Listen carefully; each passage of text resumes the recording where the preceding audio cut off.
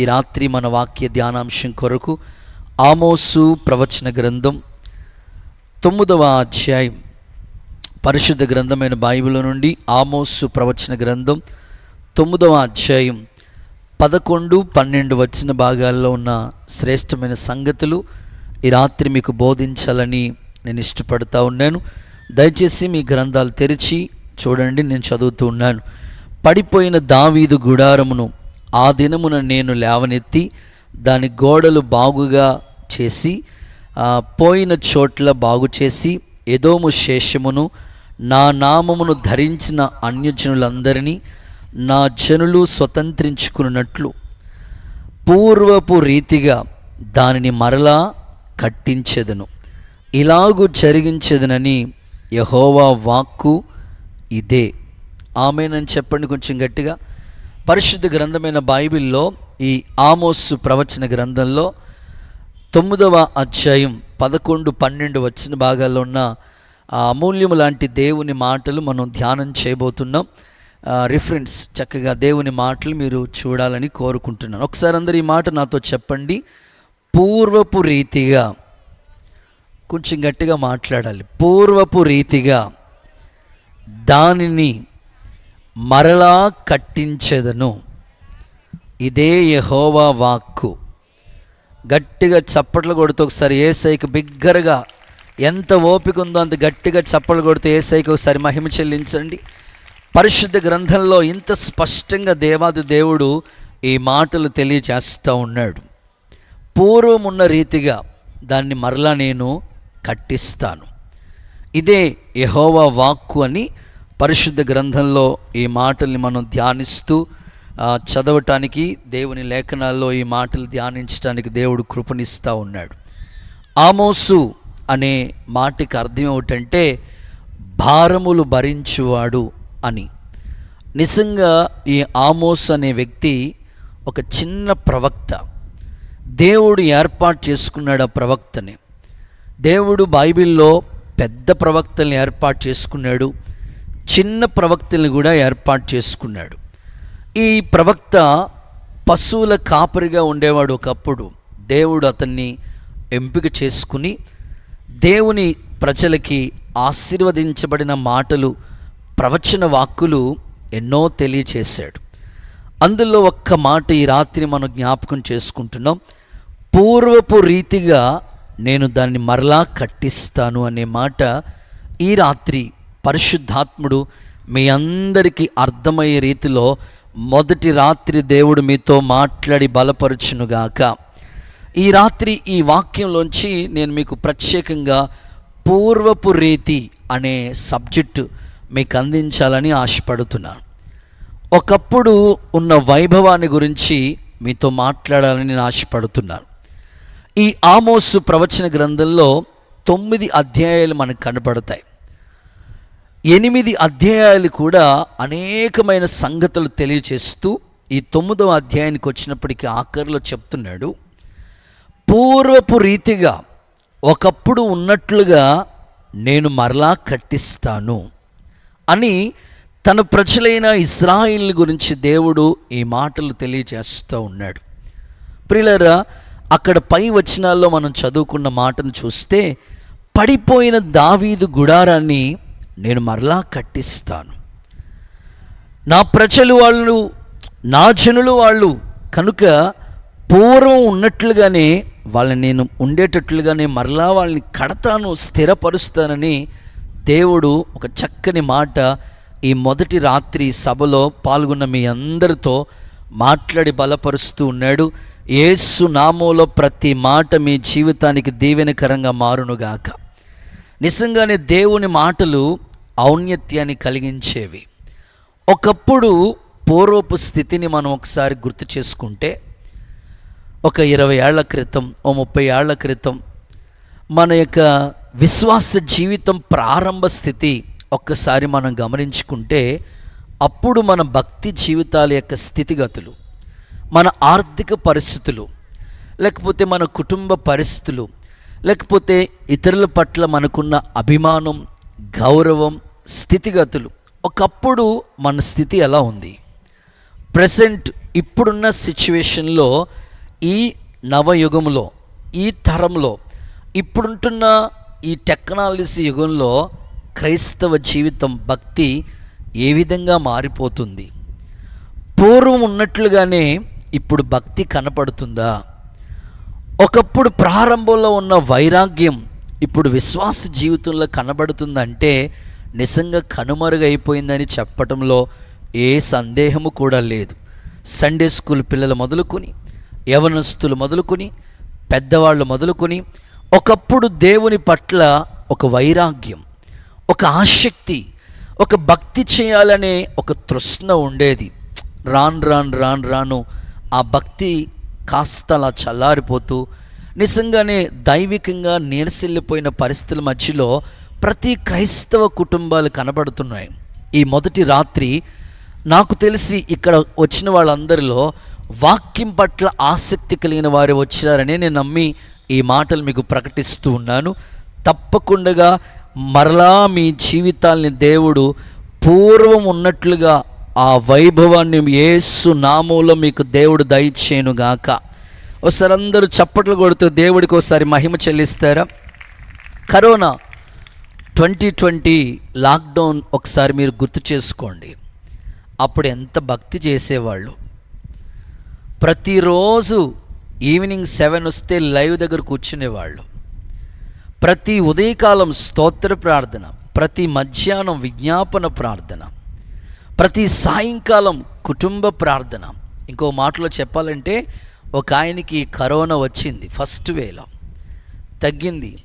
వచ్చినప్పటి నుంచి ఏ రోజు ప్రార్థన మానట్లేదు.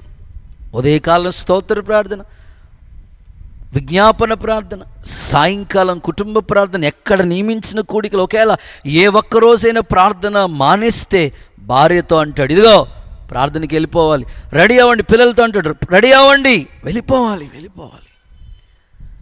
భార్య అంటూ ఉండేది, మా ఆయనకండి ఎప్పటి లేని ఒక గొప్ప భక్తి. ఈ కరోనా దైవాల మొత్తం మీద మరలా భక్తిలో బాగా సెట్ అయిపోయాడని మా ఆయన అంటుంది. ఆవిడ దేవుడికి స్తోత్రం చెప్పండి ఒకసారి.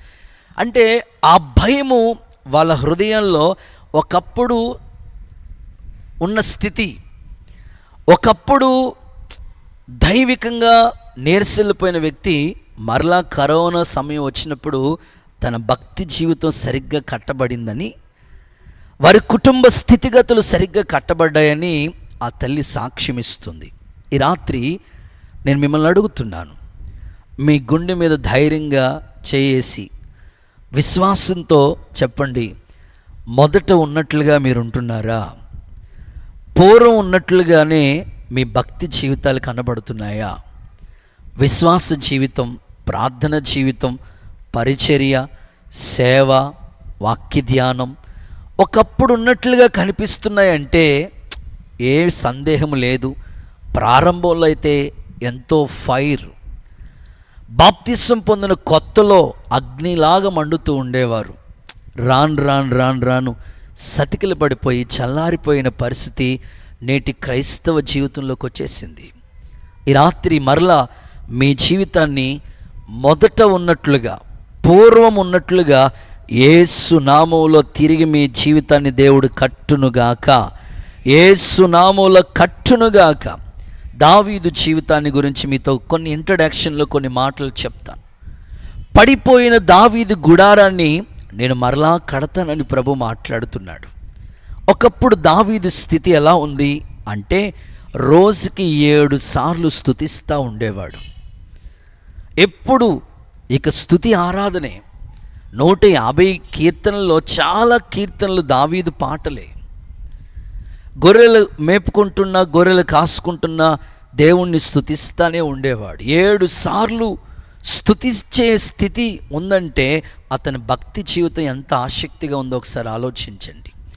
పరిశుద్ధ గ్రంథం చెప్తుంది, రోజుకి 3 సార్లు ప్రార్థన చేసేవాడంట. తన ఇంట్లో 8 ఉంటే 8 దేవుడు ఇతన్ని ఒక ప్రత్యేకమైన పిలుపుతో పిలిచి, నేను కోరుకున్నవాడు ఇతడే, నేను ఏర్పాటు చేసుకున్నవాడు ఇతడే అని ప్రవక్తని పంపించి తైలము తీసుకుని, తైలము కొమ్ము అతని మీద అభిషేకించి ఇతన్ని రాజుగా నియమించి, ఎక్కడో గొర్రెలు కాసుకునే వ్యక్తిని తీసుకెళ్ళి సింహాసనం మీద దేవుడు కూర్చోబెట్టిన స్థితి, సింహాసనం మీద కూర్చోబెట్టి చక్కగా పరిపాలన చేయవలసిన స్థితి దావీదుది.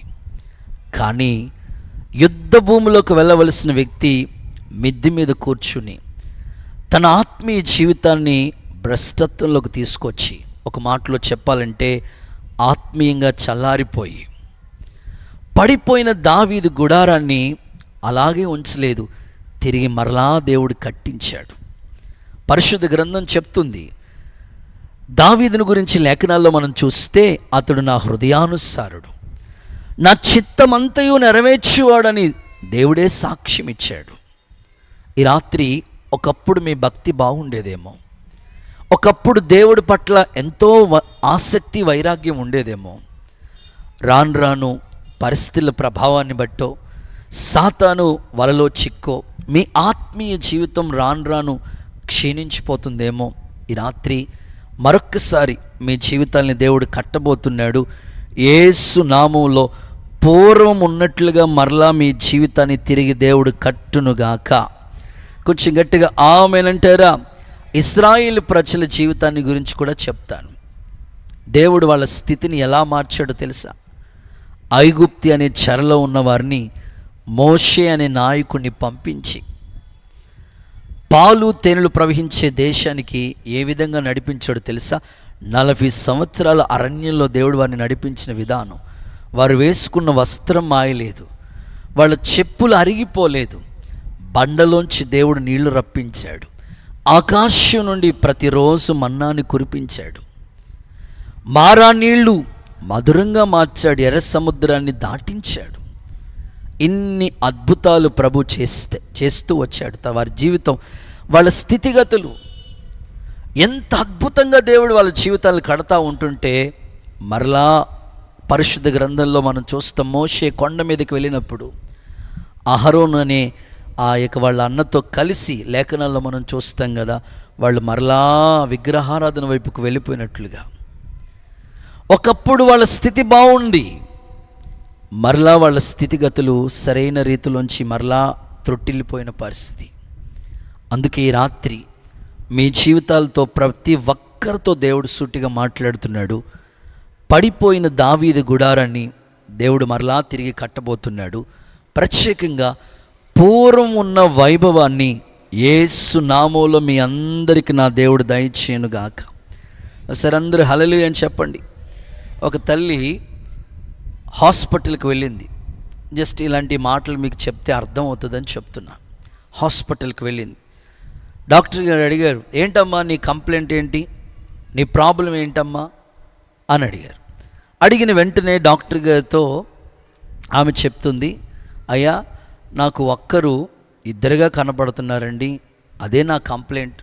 ఎవరైనా వచ్చారనుకోండి, ఇద్దరుగా కనపడుతున్నారు నాకు, అదే ఆ ప్రాబ్లంతోనే నేను బాధపడి ఇక్కడికి వచ్చాను, మీరు వైద్యం చేయండి అంటే, ఆ డాక్టర్ గారు కూర్చుని ఆలోచించి, దాని గురించి నలుగురు ఎందుకు వచ్చారమ్మా అన్నాడంట ఆయన. స్తోత్రం చెప్పండి ఒకసారి గట్టిగా, హల్లెలూయా చెప్పండి. ఆవిడకేమో ఒక్కరిద్దరుగా కనపడుతుంటే, ఈ డాక్టర్ గారికి ఒక్కరు నలుగురులా కనపడుతున్నారు. సమస్య ఆత్మీయ జీవితం. ఎక్కడో పరిష్కారం దొరుకుతుందని ప్రజలు ఎక్కడెక్కడికో వెళుతున్నారు, కానీ పరిష్కారం ఇచ్చే ప్రభు దగ్గరికి వస్తే మరలా ఎక్కడ మీ ఆత్మీయ జీవితం ఆరిపోయిందో, త్రొట్టిల్లిపోయారో, తొలగిపోయారో, మరలా ప్రభు వైపుకి తప్పిపోయిన కుమారుడు మరలా తండ్రి ఇంటికి వచ్చినప్పుడు ఆ తండ్రి అతని కొరకు ప్రశస్త వస్త్రాన్ని ఇచ్చాడు, అతని కొరకు చెప్పులు ధరింపచేశాడు, అతని కొరకు ఉంగరాన్ని ఇచ్చాడు. పర్టికులర్గా అతని కొరకు ఒక విందు చేసి, పూర్వం ఉన్నట్లుగా తండ్రి ఇంటిలో ఎంత సౌకర్యాలు ఉండేయో అన్నీ పోగొట్టుకుని కూలివాడిగా జాయిన్ అయిన తర్వాత తిరిగి మరలా తండ్రి దగ్గరికి వచ్చినప్పుడు అతని వైభవం చూస్తే చెప్పనాశక్యము కాని ఆనందంతో నింపబడ్డాడు. గట్టిగా చప్పట్లు కొడుతూ ఒకసారి యేసయ్యకి మహిమ చెల్లిద్దాం. ఈ రాత్రి, ఈ మొదటి రాత్రి నా ప్రార్థన, ఇక్కడ కూర్చున్న మీ అందరి జీవితాల్ని మొదట ఉన్నట్లుగా, పూర్వం ఉన్నట్లుగా మరలా మీ భక్తి జీవితాల్ని దేవుడు కట్టి స్థిరపరిచి ప్రభులో బలపరచునుగాక. నా ప్రశ్న, పూర్వం ఉన్నట్లుగా పూర్వపు రీతిగా దాన్ని నేను మరలా కట్టిస్తానన్నాడు కదా. పూర్వము ఎలా ఉండేది? ఇశ్రాయేలు ప్రజలు లేదా భక్తి జీవితాలు పూర్వపు రీతి సంఘం ఎలాంటి పరిస్థితుల మధ్యలో పూర్వగా నేను మిమ్మల్ని కడతానని ప్రభు చెప్తున్నాడు కదా. పూర్వము ఇశ్రాయేలు ప్రజలు ఎలా ఉన్నారు, వాళ్ళ స్థితిగతులు ఎలా ఉన్నాయి అని ఆలోచిస్తే పూర్వము ఏ రీతిగా ఉండేదో ఇప్పుడు మరలా దేవుడు అలా కట్టించాలని ఆశపడుతున్నాడు. పూర్వపు స్థితి ఎలా ఉంది బ్రదర్ అంటే, పరిశుద్ధ గ్రంథమైన బైబిల్లోంచి ఒక 5 ప్రాముఖ్యమైన విషయాలు నేను త్వరగా మీకు చెప్పి ఈ సందేశాన్ని ముగింపులోకి తీసుకొస్తాను. చదవండి. మొదటి మాట, పూర్వము ఏ రీతిగా ఉండేది అని ఆలోచన మీకు కలిగి ఉంటే 5 ప్రాముఖ్యమైన విషయాలు మీకు తెలియచేస్తాను. చదువుదామా? మొదటి మాట, విలాప వాక్యాల గ్రంథం 5వ అధ్యాయం. పూర్వము ఏ స్థితిలో ఉండేవారు అనే ప్రశ్న మీరు నోట్ చేసుకోండి. ఒక 5 సంభవాలు మీకు తెలియచేస్తాను. విలాప వాక్యాల గ్రంథం 5వ అధ్యాయం 21వ వచనము అండ్ 16వ వచనము కలిపి చదువుకుందాం. విలాప వాక్యాల గ్రంథం 5వ అధ్యాయం 21 వచనము అండ్ 16వ వాక్య భాగం. యెహోవా, నీవు మమ్మును నీ తట్టు త్రిప్పిన ఎడల మేము తిరిగేదము, మా తల మీద నుండి కిరీటము పడిపోయెను.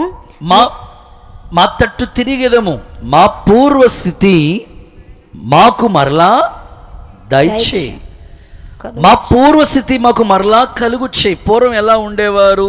16వ వచనం, మా తల మీద నుండి కిరీటం పడిపోయింది, మేము పాపం చేసి. 15వ వచనం కూడా మీరు చదువుకుంటే, యవనస్తులు సంగీతం మానేశారు, పెద్దలు గుమ్మం దగ్గర కూర్చోవటం మానేశారు, సంతోషం వాళ్ళ హృదయాన్ని విడిచి వెళ్ళిపోయింది.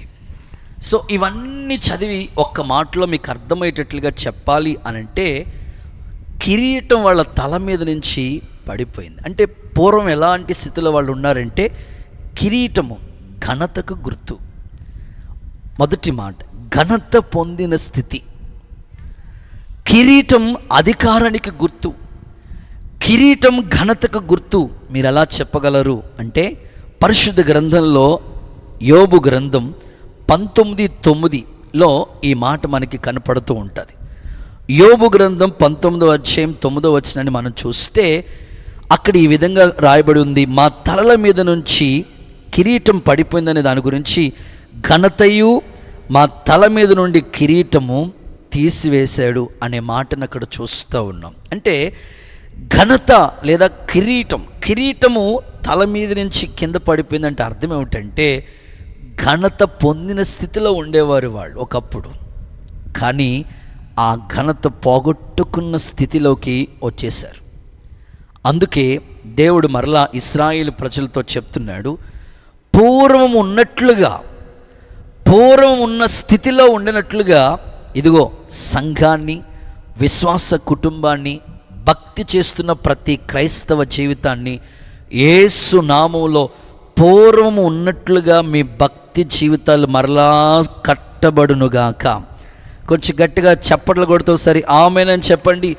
పూర్వం ఉన్నట్లుగా మీ జీవితాలని కడతానని ప్రభు మాట్లాడుతున్నాడు. అంటే పూర్వం ఏ స్థితిలో ఉంది సంఘము అంటే, ఘనత పొందిన స్థితి పూర్వం. కిరీటము ఘనతకి గుర్తుగా ఉంది. వారి తల మీద నుంచి కిరీటం కింద పడిపోయింది. సంతోషం వాళ్ళ దగ్గర నుంచి వెళ్ళిపోయింది. బైబిల్ చెప్తున్న మాటను మనం అధ్యయనం చేస్తే ఆ లేఖనాల్లో రాయబడి ఉంది, పెద్దలంట గుమ్మం దగ్గర కూర్చునే వాళ్ళంట ఆ గుమ్మం దగ్గర కూర్చోట్లేదంటే తల దించుకునే పరిస్థితికి వచ్చేసారు. వాళ్ళు గౌరవం పోగొట్టుకున్నారు, ఘనత పోగొట్టుకున్నారు, సంతోషం పోయింది, కిరీటం కింద పడిపోయింది.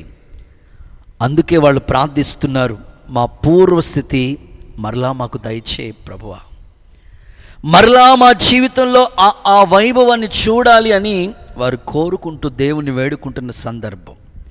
ఈ రాత్రి ఇక్కడ కూర్చున్న మీ అందరి జీవితాల్ని కూడా పూర్వం ఉన్నట్లుగా, అంటే ఘనత పొందిన స్థితి యేసు నామములో మీ కుటుంబాలకి దేవుడు మరలా దయచేయునుగాక. ప్రభు అన్నాడు, నన్ను ఘనపరచు వారిని నేను ఖచ్చితంగా ఘనపరుస్తాను. ఈరోజు 10th క్లాస్ రిజల్ట్ వచ్చినాయి. చాలామంది మంచి మార్కులతో విజయాన్ని సాధించారు, ఘన విజయం సాధించారు.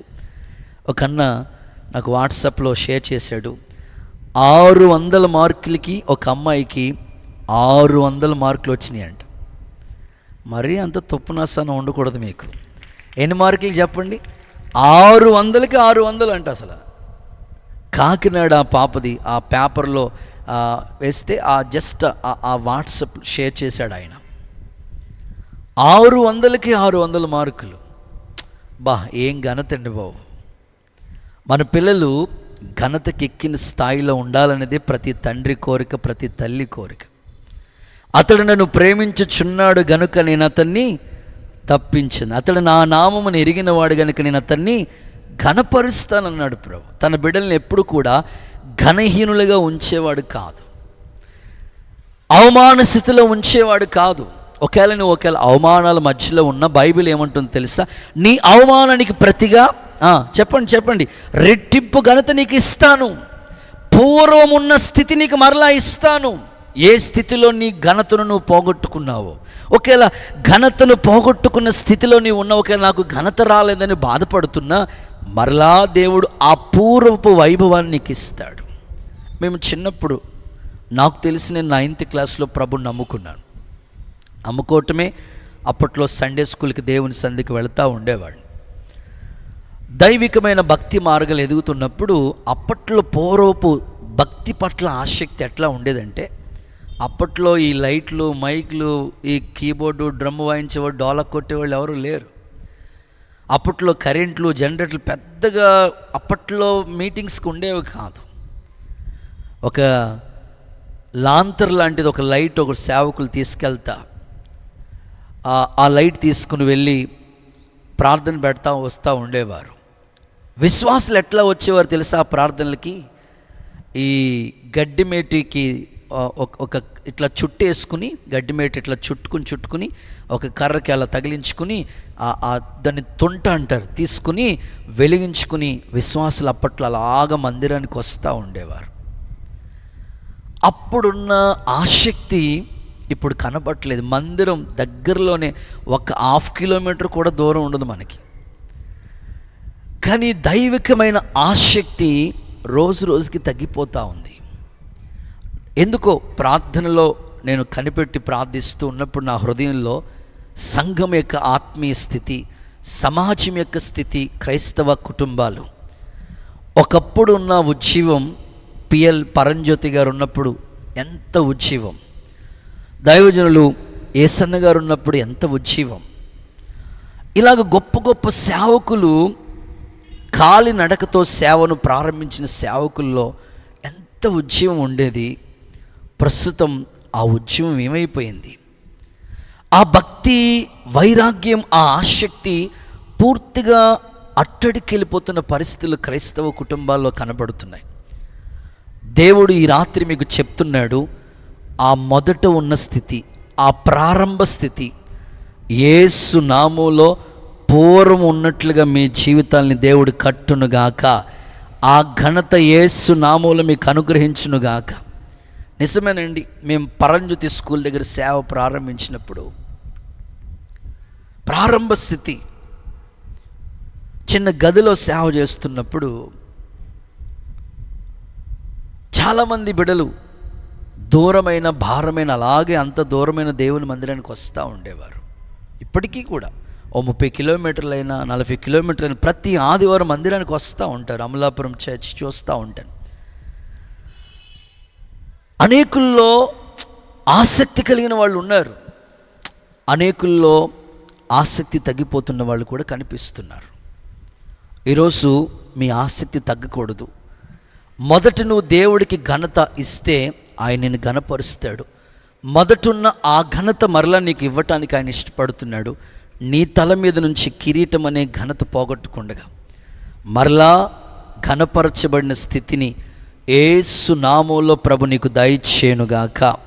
బైబిల్ గ్రంథం ఈ విధంగా చెప్పబడి ఉంది. దేవుడంట మనిషిని ఆయన కంటే కొంచెం తక్కువ వానిగా చేసి వానికి ఆ మహిమ ప్రభావములు కిరీటముగా ధరింపచేసి వానికి అధికారం ఇచ్చినట్లుగా వాక్యంలో మనం చూస్తాం.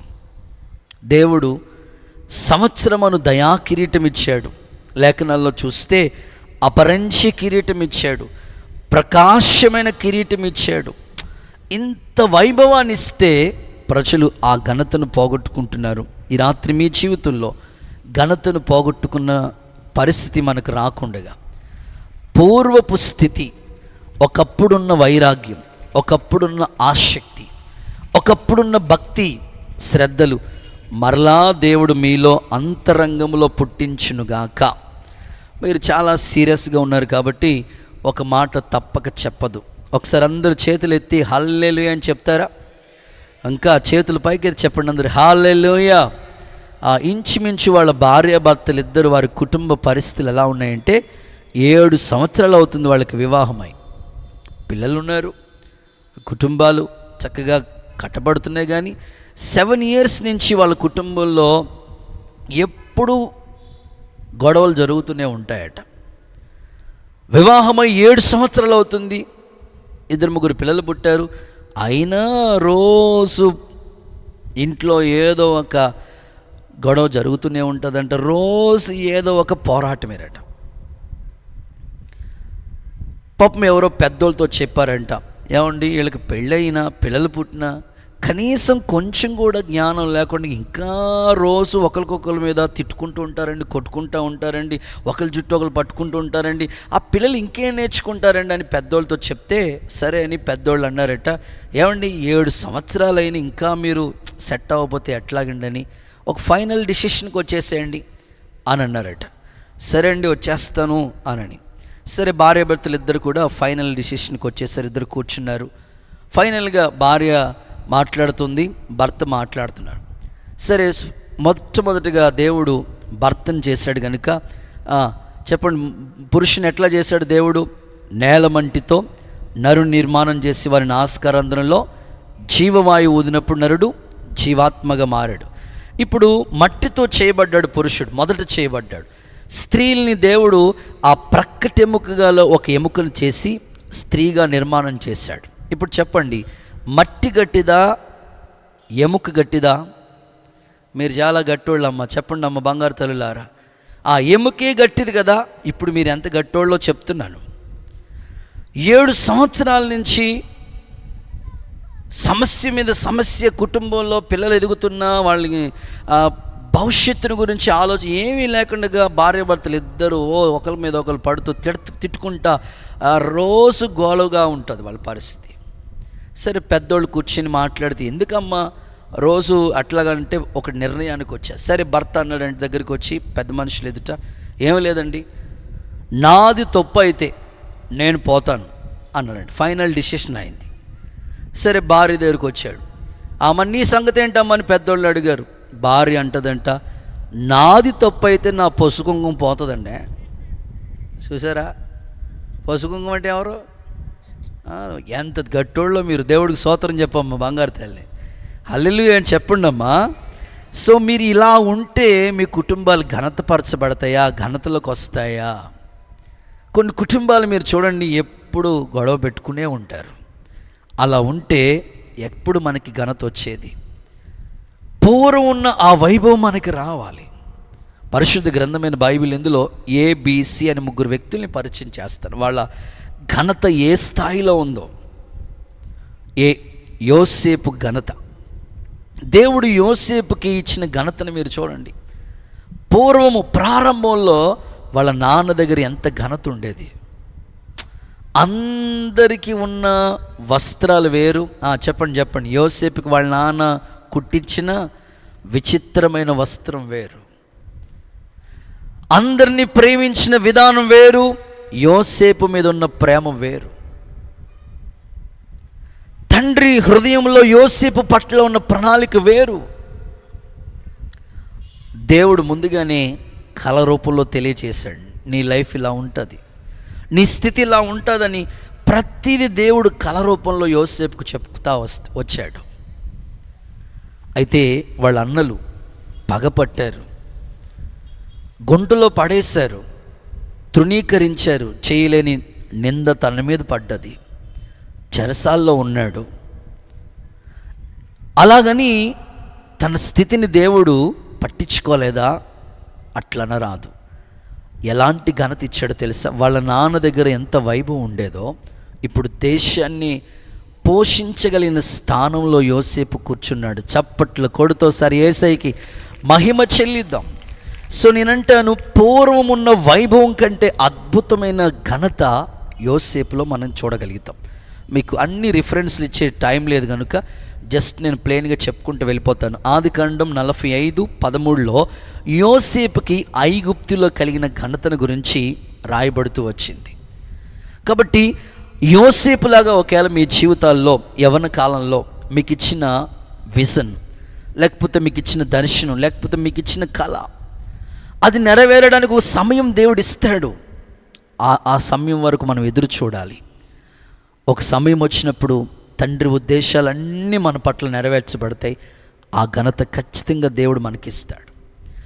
ఐగుప్తీలో ఎదుట యోసేపుకు గొప్ప ఘనతనిచ్చాడు.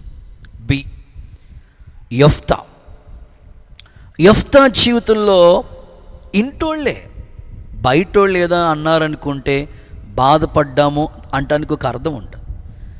సో ఇంటోళ్ళే పరిస్థితి.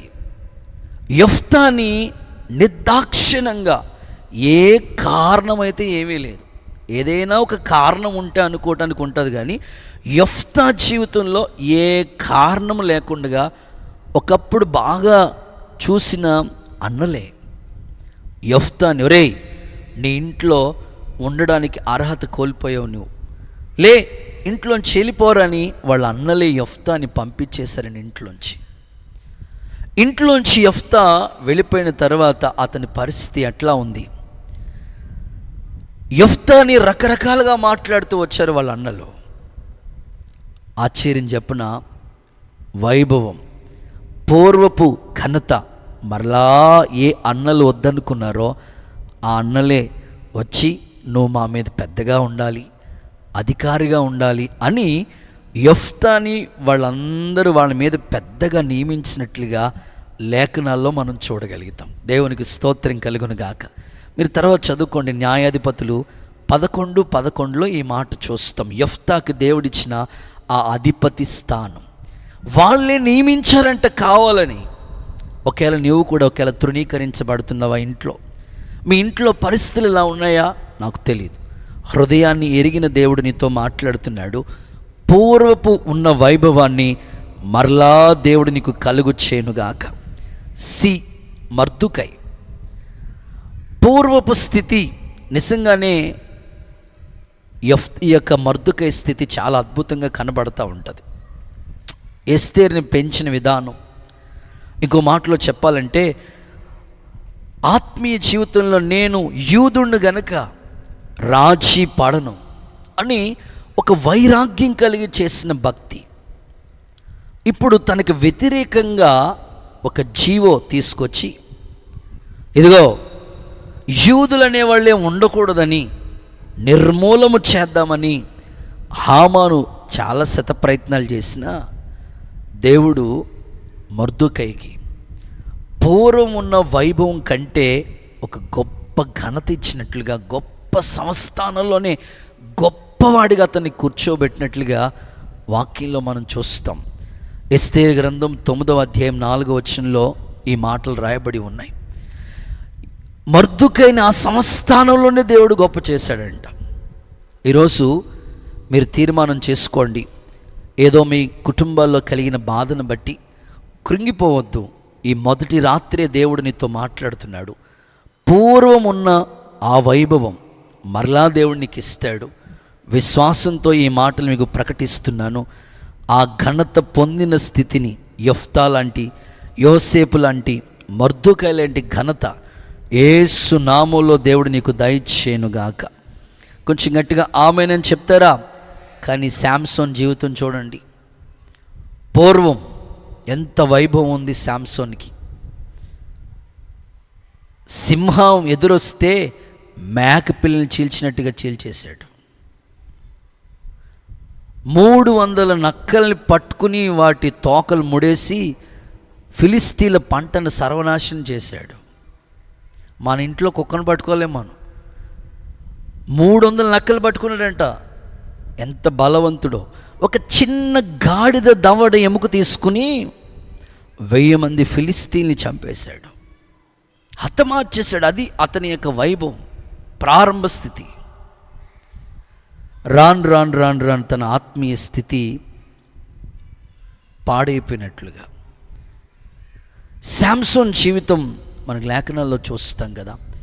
యెహోవా అతన్ని ఎడబాసినని అతనికి తెలియలేదంట. ఇంకా నాకు జుట్టులో బలం ఉందని ఇలా అనుకుంటున్నాడు, కానీ ఏమీ లేదు. 2 కళ్ళు కూడా తీసేసి తిరగలు విసురుకునే పరిస్థితి. ఈరోజు మీరు ఆలోచించండి, మీ భక్తి జీవితం.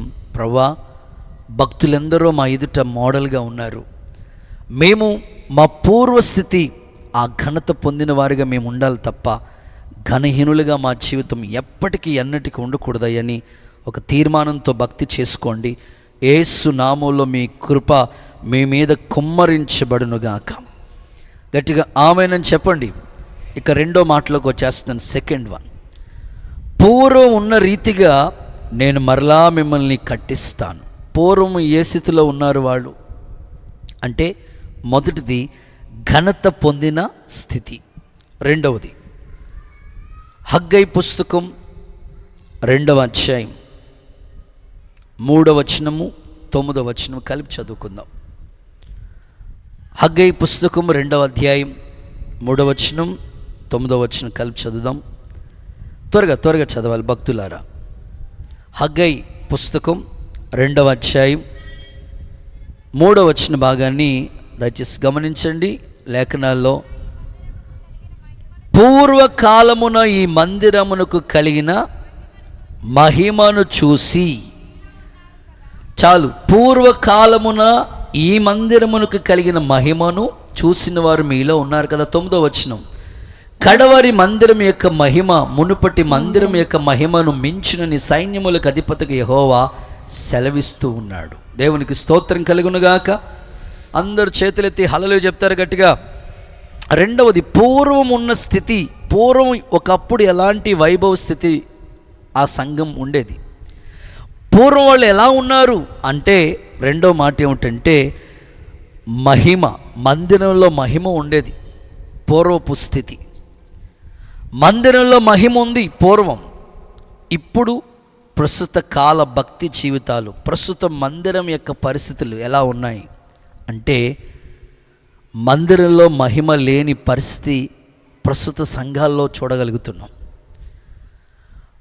ప్రత్యేకంగా దేవుడు ఈ క్రైస్తవ ఉజ్జీవం కొరకు, క్రొత్త నిబంధన సంఘం కోసం, క్రీస్తు స్వరక్తమిచ్చి సంపాదించుకున్న సంఘం ఎలా ఉండాలని దేవుడు కోరుకుంటున్నాడంటే, పూర్వం ఒకప్పుడు వైభవంగా మహిమ ఉండేది మందిరంలో. ఎలాంటి మహిమ తెలుసా? సొలొమోను 7 సంవత్సరాలు ప్రయాసపడి మందిరాన్ని కట్టాడు. ఏమండి, మందిరం కట్టడం అంటే అంత సామాన్యమైన విషయం కాదు. మీరు ఇల్లు కట్టినంత ఈజీ కాదు మందిరం. 7 సంవత్సరాలు కట్టాడు మందిరం సొలొమోను. అద్భుతమైన ఉపకరణాలన్నీ బంగారంతో పొదిగించాడు, అద్భుతంగా కట్టాడు. ఆ మందిరం ప్రారంభోత్సవం కోసం యాజకులు, సేవకులు అందరూ నిలబడి ఆ మందిరాన్ని ప్రభుకి ప్రతిష్ఠ చేస్తే, ఆ మహిమ ఎదుట వాళ్ళు నిలబడలేకపోయారట. అంత మహిమ దిగొచ్చింది మందిరం మీదకి. అది సొలొమోను కట్టిన దేవాలయంలో, మందిరంలో ఉన్న మహిమ. ఆ తర్వాత ప్రత్యక్షపు గుడారంలో కూడా మహిమ కనబడుతూ ఉండేది. ఇక సిలోహు మందిరం దగ్గరికి వచ్చినప్పటికీ ఆ మహిమ కోల్పోయిన పరిస్థితులు. యాజకుడైన ఏలీ తన 2 కొడుకుల్ని దేవుడి కంటే ఎక్కువగా ప్రేమించి, మందిరంలో మహిమ లేని పరిస్థితి కారకులు వాళ్ళ కుమారులుగా మారిపోయినట్లుగా లేఖనాల్లో మనం చూస్తాం కదా. హోఫ్ని, ఫినెహాసు ఎంత విచ్చలవిడి స్థితి అంటే, దుర్మార్గంగా ప్రవర్తించి, మందిరం మహిమతో ఉండాలి. హన్నా వెళ్ళి ప్రార్థన చేసుకుంటే పిల్లలు లేక బాధపడిన తల్లి, ఆ సహోదరి ఏడ్చి కన్నీళ్లు కార్చి ప్రార్థన చేసుకుంటే దేవుడు ఆమె గర్భాన్ని తెరిచి చక్కని బిడ్డను అనుగ్రహించాడు. మందిరంలో ఎన్నో అద్భుత కార్యాలు జరుగుతూ ఉన్నాయి. వాళ్ళ నాన్నగారు ఉన్నప్పుడు, వాళ్ళ కొడుకులు వచ్చినప్పటికీ ఆ పరిస్థితి ఏమైపోయిందంటే, లేఖనాల్లో మనం చూస్తాం, ప్రభావము ఇశ్రాయిల్ నుంచి వెళ్ళిపోయింది. ప్రభావం ఇశ్రాయిల్ నుంచి వెళ్ళిపోయింది కాబట్టి ఈకాబోదు అనే పేరు పెట్టారు. మహిమ ప్రభావం వెళ్ళిపోయింది సంఘాలలో. నేటి దినాల్లో సంఘాలు పేరుకి మందిరాలుగా కనబడుతున్నాయి. మందిరాల్లో జనాలు కనబడుతున్నారు, మందిరాల్లో పాటలు పాడేవాళ్ళు ఉన్నారు, మందిరాల్లో వాయిద్యాలు వాయించేవాళ్ళు ఉన్నారు, మందిరాల్లో వస్తువులు ఉన్నాయి, అన్నీ ఉన్నాయి, కానీ మహిమ లేదు. అందుకే కార్యాలు జరగటం లేదు. ఈ రాత్రి మరలా ప్రభు జ్ఞాపకం చేస్తున్నాడు, పూర్వం ఉన్న రీతిగా ఈ మందిరాన్ని దేవుడు మహిమతో నింపునుగాక. చేతులూపుతో ఒక్కసారి హల్లెలూయా అని చెప్పండి. ఆ మొదటి ఉజ్జీవం యేసు నామంలో నేటి సంఘాల్లో దేవుడు అనుగ్రహించునుగాక. సమూయేలు సేవకులు పుట్టుకొచ్చుదురుగాక. ఆరిపోతున్న దీపాన్ని వెలిగించడానికి అక్కడ పరిచర్య చేసిన సమూయేలుకి దేవుడు గుండెల్లో భారం పెట్టాడు. నమ్మకమైన యాజకుడిని ఒకరిని నేను నియమిస్తాను అని సమూయేలుని దేవుడు యాజకుడిగా నియమించి, దీపం ఆరిపోకుండా మరలా ఒక ఉజ్జీవం రావటానికి, ఆ పట్టణంలో ఒక దైవజనుడు ఉన్నాడు, అతడు ఏం చెప్తే అది జరుగుతుంది అనేటట్లుగానే ఒక బలమైన ఉజ్జీవం సమూయేలు పరిచర్యలో మనం చూడగలుగుతాం. ఈ రాత్రి ఒక అన్నయ్యగా నేను చెప్తున్నాను, ఒక సేవకుడిగా మీకు తెలియజేస్తున్నాను. మందిరంలో ఒకప్పుడు మహిమ ఉండేది. ప్రారంభంలో పరిస్థితులు చూస్తే ఎంతో మహిమ, కానీ నేటి క్రైస్తవ సంఘాల్లో మహిమ రాను తగ్గిపోతుంది. వాగ్దానం అయితే ఉంది, మునుపటి మందిరం యొక్క మహిమను ఇప్పుడున్న మందిరం యొక్క మహిమ మించాలి. ఇప్పుడు అందరూ అప్డేట్ అవుతున్నారు, ప్రతి దాంట్లో అప్డేట్ అయిపోతున్నారు. దేవుని కార్యాల్లో కూడా మహిమ అధికం కావాలి, తరం తర్వాత తరం. దేవుడు అభిషేకాన్ని రెట్టింపు చేస్తూనే వచ్చాడు, మహిమ తగ్గకూడదు.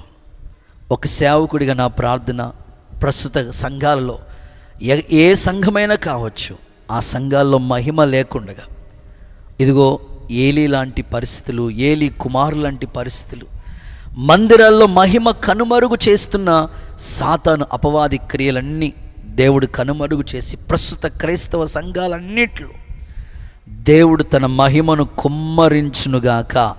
గట్టిగా చెప్పండి ఒకసారి, ఆమేన్ చెప్పండి. మీరు కావాలంటే నేను చెప్పే మాటలు సమూయేలు మొదటి పుస్తకం 4వ అధ్యాయం 21వ వచనంలో చూస్తే, ప్రభావం ఇశ్రాయేలు నుంచి వెళ్ళిపోయిను అనే మాట చూస్తాం. ప్రభావం అంటే మహిమ, ఇశ్రాయేలు నుంచి అంటే అక్కడ సంఘ పరిస్థితులు, మందసం ఉండేది అక్కడ, కానీ మహిమ పూర్తిగా కోల్పోయిన పరిస్థితులు మనం చూస్తాం. సమూయేలుని దేవుడు మరలా నమ్మకమైన యాజకుడిగా నియమించాడు. ఈ రాత్రి యవన కాలంలో నడుం కట్టుకుని సేవ చేస్తున్న సేవకులు అనేకుల్ని దేవుడు పుట్టించాలి. పాస్టర్ ప్రవీణ్ గారు, పగడాల ప్రవీణ్ గారు, దేవుడు తనొక చక్కని బలమైన సేవకుడిగా వాడుకున్నాడు. చివరి శ్వాస వరకు ఒక నమ్మకమైన పని చేశారు. ఆయన గురించి తెలియని వాళ్ళంటూ ఎవ్వరూ లేరు అన్నట్లుగా అన్యులు సహితం కూడా అడిగేటట్లుగా ఆయన బోధలు, ఆయన ప్రకటించిన విధానం. సో దేవుని మహిమార్థమై మరలా ఒక ఉజ్జీవం నేటి క్రైస్తవ సంఘాలన్నిట్లో నా దేవుడు తీసుకురావాలని ఒక దైవజనుడిగా నేను ప్రార్థన చేస్తున్నాను. యేసు నామంలో అలాంటి కృప దేవుడు అనుగ్రహించునుగాక. చేతులూపుతో ఒకసారి హల్లెలూయా అని చెప్పండి. ప్రస్తుత కాలంలో ఎన్నో మందిరాల్లో మహిమ కోల్పోతున్నారు కనుక దేవుడు మరలా తిరిగి మందిరంలోనికి మహిమ వచ్చేటట్లుగా చేస్తానని, మరలా ఆ గుడారంలో మహిమ ఉండినట్లుగా చేస్తానని దేవుడు వాగ్దానం చేశాడు. ఆ మహిమను మనం కాపాడుకుంటూ ఉండాలి. నిజమే ప్రియులరా, మహిమ ఉన్న చోట ఎన్ని అద్భుతాలు జరుగుతాయో తెలుసండి. బైబిల్ ఎలా ఉంటుంది, యెషయా గ్రంథం 60వ అధ్యాయం 1వ వచనం చూస్తే, లెమ్ము తేజరిల్లము యెహోవా మహిమ నీ మీద ఉదయించును, జనములు నీ వెలుగునకు పరిగెత్తుకుని వస్తారు. ఆమేన్. సముద్ర వ్యాపారం నీ వైపుకు త్రిప్పబడుతుంది. బహుతరాలకు నువ్వు సంతోషకారకుడిగా మారిపోతావు. ఎన్ని వాగ్దానాలు ఉన్నాయండి. మహిమ ఉన్న చోట జనాలు వస్తారండి. మహిమ ఉన్న చోట అద్భుత కార్యాలు దేవుడు చేస్తాడండి. తప్పకుండా దేవుడు జరిగిస్తాడు. ఈ చివరి దినాల్లో ప్రతి సంఘం, ప్రతి కుటుంబం, ప్రతి వ్యక్తి జీవితం, ఆత్మీయ జీవితాలు మహిమతో కట్టబడి అధిక మహిమతో ముగించాలి. ప్రారంభం కంటే ముగింపు అద్భుతంగా ఉండాలి. దేవుడు అలాంటి మహిమ కలిగిన సంఘాలుగా ఇక్కడ పరిచర్య, ప్రపంచవ్యాప్తంగా జరుగుతున్న సేవను, కోనసీమలో జరుగుతున్న సంఘ పరిచర్యలన్నిటినీ దేవుడు దీవించునుగాక. చేతులు చాపి హల్లెలూయా అని చెప్పండి. కొంచెం గట్టిగా ఆమేన్ అని చెప్పండి. అంటే మన మహిమను పోగొట్టడానికి శత్రువైన సాతాను ఎన్నైనా క్రియలు చేస్తూ ఉంటాడు. శిష్యులు చూడండి, యేసుప్రభు యొక్క శిష్యులు 12 మందిలో ప్రభుకి 3 అంటే ఇష్టం. చెప్పండి, వాళ్ళ పేర్లు చెప్తారా? పేతురు, యాకోబు, వీళ్ళ 3 అంటే చాలా ఇష్టం ఆయనకి. అందుకే ఎత్తైన కొండ మీదకి ఎక్కేటప్పుడు వాళ్ళ 3 తీసుకెళ్ళి రూపాంతర మహిమను చూపించాడు దేవుడు వాళ్ళకి. ఆయన మహిమ చూడలేక వాళ్ళ బోర్ల పడిపోయారంట. ఆయన ముఖం సూర్యుని వలె ప్రకాశించిందట. అక్కడే ఏలియా ఉన్నాడు కదా, అక్కడే మోషే ఉన్నారు కదా, వాళ్ళు ఎందుకు నిలబడి ఉన్నారు? ఆయన మహిమ ఎదుట ఉన్నారు. కారణం ఏంటో తెలుసా? మోషే మహిమ కలిగిన దేవుని యొక్క ముఖ స్వరూపాన్ని చూశాడు. ఒక స్నేహితుడు మరొక స్నేహితుడితో మాట్లాడినట్లుగా ముఖాముఖిగా మాట్లాడే అనుభవం మోషేకుంది. కొండ అనుభవం మోషేకుంది. ఏలియా కూడా కర్మేలు పర్వతం యొక్క అనుభవాలు ఉన్నాయి వాళ్ళకి. అందుకే ఆ మహిమ ఎదుట వాళ్ళు నిలబడ్డారు. శిష్యులైతే బోర్లు పడిపోయారు. ఈరోజు ప్రతి సంఘము కూడా మహిమగల సంఘముగా ఈ అనుభవం ఉండాలి. సంఘానికి మోకాళ్ళ ప్రార్థన అనుభవం ఉంటే ఆ మహిమ ఎదుట నిలబడగలుగుతాం. లేకపోతే ఆ మహిమను కోల్పోయిన పరిస్థితులు. ప్రభు అంటాడు, క్రీస్తు యేసు మహిమలో మీ ప్రతి అవసరత తీరుస్తాను. అందరూ ఒకసారి ఆమేనని చెప్తారా? ఇంకొంచెం గట్టిగా చెప్పండి. మీకు ఈజీగా అర్థం అవటం కోసం కొన్ని ఉదాహరణలు చెప్తాను. చాలామంది మహిమను ఈజీగా పోగొట్టుకుంటున్న సందర్భాలు మనం చూస్తున్నాం. ఆత్మీయ జీవితంలో చాలామంది చూడండి, ప్రార్థన బాగానే చేసుకుంటారు, పాటల బాగానే ఉంటుంది, వస్త్రధారణ బాగానే ఉంటుంది, అన్నీ బాగానే ఉంటాయి. కానీ డ్రింకింగ్ చేయటం మాత్రం మాండు. ఎందుకు పెద్ద అయినా అలాగ డ్రింకింగ్కి అలవాటు పడిపోతావంటే అస్సలనండి చిన్న ప్రాణం జారిపోతుందని నాకు అంటాడు ఆ మనిషి. నేనంటాను, అన్నీ బాగున్నాయి కదా, ఆ ఒక్క డ్రింకింగే దేవుని మహిమను కోల్పోయినట్లుగా చేస్తుందేమో. మరికొంతమంది యవనస్తులు బాగా చదువుతారు, దేవుని మందిరంలో పాటలు పాడతారు, పరిచర్య చేస్తారు, సేవకుల దగ్గర నమ్మకంగా ఉంటారు, అన్నీ బాగుంటాయి. కానీ లోక సంబంధమైన మనసు మాత్రం పోదు వాళ్ళలోని. లోక సంబంధమైన మనసు మాత్రం పోదు. అదే ఈరోజు చెప్తున్నాడు దేవుడు, మహిమను పోగొట్టుకోవద్దు. పూర్వం ఉన్నట్లుగా సంఘాన్ని ఉంచాలనుకుంటున్నాడు ఆయన. మహిమను కాపాడుకోండి. మహిమ రెట్టింపవ్వాలి, మహిమ అధికమవ్వాలి. ఒకసారి అందరూ హల్లెలూయా అని చెప్తారా? ఇక పరిశుద్ధ జీవితం దగ్గరికి వచ్చినప్పటికీ మహిమను పోగొట్టుకోకూడదు మనం. ఒక చిన్న ఉదాహరణ మీకు తెలియజేస్తాను. చాలామంది భక్తి విషయాల్లో త్రుట్టిల్లిపోతున్నారు, మహిమను పోగొట్టేసుకుంటున్నారు, ప్రతిష్టతను పోగొట్టేసుకుంటున్నారు, సమర్పణ పోగొట్టుకుంటున్నారు. ఈ రాత్రి మరలా మీకు గుర్తు చేస్తున్నాను, మహిమను పోగొట్టుకోవద్దు, మహిమ అధికమవ్వాలి. ఒక రాజుగారు ఉన్నారట. మీకు ఇలాంటి కథలు చెప్తే బాగా వింటారు కాబట్టి మీకు ఈ సందర్భం గుర్తు చేస్తాను, వినండి జాగ్రత్తగా. ఒక రాజుగారు ఉన్నారట. రాజు కదండి, రాజుగారికి మనసే వేరేగా ఉంటుంది. రాజుకి ఎక్కడైనా తిరుగుతాడు, ఏమైనా చేస్తాడు. రాజుకి అడిగిందల్లా తీసుకొచ్చి అతని దగ్గర పెడతారు. రాజుకి ఏం తక్కువ లేదు, కొరత లేదు. రాజు వైభవం అలా ఉంటుంది. ఈ రాజు ఒకసారి గుర్రం మీద ఒక చోటుకు వెళ్తూ ఉన్నాడంట. వినాలి జాగ్రత్తగా, ప్రత్యేకంగా కుటుంబస్తులు ఫ్యామిలీలుగా కట్టబడిన మీరు వినాలి ఈ మాటలు. గుర్రం మీద వెళ్తూ ఉన్నాడంటే ఒక చోటుకు వెళ్తూ ఉన్నప్పుడు సడన్గా ఎవరో కనిపించారంట. కనిపించిన వెంటనే రాజు ఆగి తనతో ఉన్నవాడిని పిలిచి వాళ్ళని పిలుచుకొచ్చారంట. పిలిచిన వెంటనే చూసి, మీరు నాకు చాలా బాగా నచ్చారు, నా మనసులో ఒక అభిప్రాయం ఉంది, ఒక కోరిక ఉన్నది, నేను కోరినట్లుగా మీరు చేయాలి, నేను రాజుని, మీకు ఏం కావాలో అన్ని సౌకర్యాలు నేను కలుగు చేస్తానని ఈ రాజు ఆ సహోదరితో చెప్పాడంట. చెప్పిన వెంటనే ఆమె అన్నదంట, రాజుగారు మీరు రాజుగారండి, మీకున్న అభిప్రాయం కోరిక మీరు మంచిగా ఉన్నాయనుకోండి, ఓకే, అయితే నాకు కూడా ఒక కోరిక ఉందండి, మీరు కోరినట్లుగా జరగాలంటే మీరు మా ఇంటికి రావాలండి అని కోరుకుందామే. సరేనమ్మా వస్తాను, ఎప్పుడు రావాలి, పలానా సమయానికి రావాలి. ఓకే, తన భర్త ఉన్నాడు.